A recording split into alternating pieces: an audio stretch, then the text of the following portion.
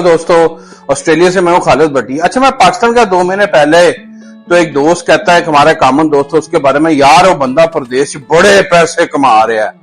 मैंने मुस्कुराकर जवाब दिया कि वो कमा रहा है या नहीं, इससे मुझे क्या तुम्हें क्या।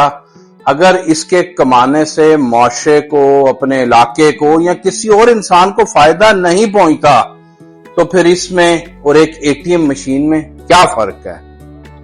हमने प्रदेश को सिर्फ पैसा कमाने की जगह बना लिया, ना कि किरदार बनाने की।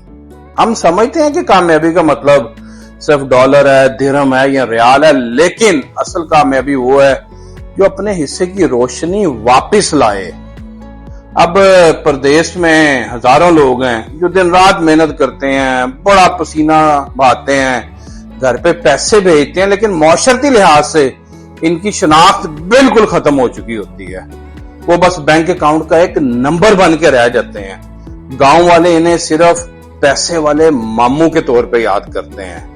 बात गौर से सुनिएगा, वो किसी किरदार या इल्म के निशान के तौर पर याद नहीं करते। यह हकीकत है कि प्रदेश इंसान को दौलत देता है, लेकिन अक्सर इसके अंदर का इंसान भी छीन लेता है।